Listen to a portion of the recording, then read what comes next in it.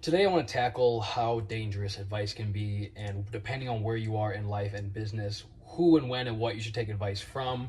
And I'm thinking with it, I will just start from the beginning with someone who's maybe doing nothing, just starting, whatever, beginning a business, not even in business, just living life as a job.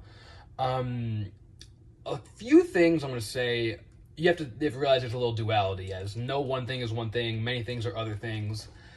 And I say that to say, when you're just starting, take all the advice you can. Look at people 10, 5, 10, 15, 20 years ahead of you and just pull from them. A lot of people will kind of maybe push back at you, and these are imaginary people for the most part.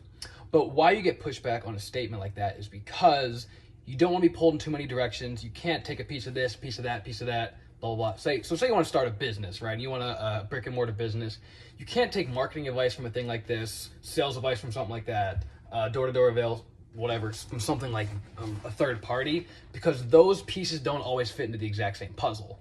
In the beginning, when you're just starting and you've got nothing and you're just a moldable piece of clay, listen to people a lot smarter than you. You're moving at 0 to 1 miles per hour. Making a mistake isn't a big deal, and most 95, 99% of the time, whatever advice that is, it's probably right enough. It's probably got the right idea behind it to at least pull you forward a little bit.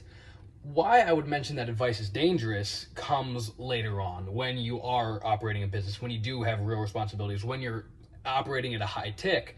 Mentors have mentors, coaches have coaches, athletes have people above them who help them be better athletes. And when you're operating at such a high level, it's more dangerous to have more coaches all at once. So the example is, I actually knew someone who was like this, who she had very successful business, but she was working with 4, 5, 6 different coaches, all making various, much, I actually know who they are, different amounts of money in different industries, financially, spiritually, consulting. And what I saw is she's getting financial advice from people who make way less than her, who are financial advisors who play a safer game than she is, who are daredevils who play a riskier game than she does. And those are all well and good, but when you're operating at such a high clip, imagine you're driving a car and you're going at 5 to 10 miles an hour. If you make a quick turn or whatever, no damage, it doesn't matter. That's you in the beginning of business. That's you as an entrepreneur just getting started. That's you as a dude or lady or they on the street. It doesn't make a freaking diff. But when you're operating at such a high clip and you're moving 200 miles per hour, you're a freaking NASCAR driver, little tweaks can kill you. That'll destroy a business. And those little tweaks are, what's the word I'm looking for?